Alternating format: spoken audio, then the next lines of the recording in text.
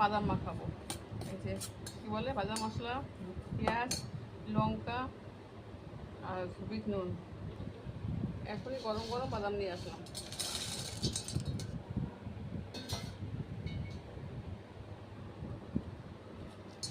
দেখুন,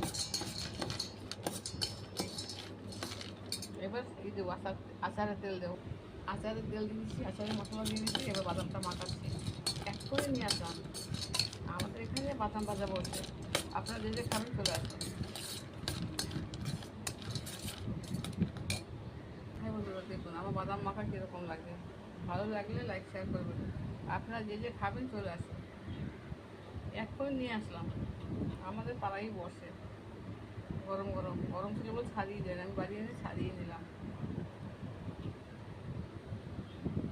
কত সুন্দর বাদাম মাখা। রাত খেতে হয়েছে না।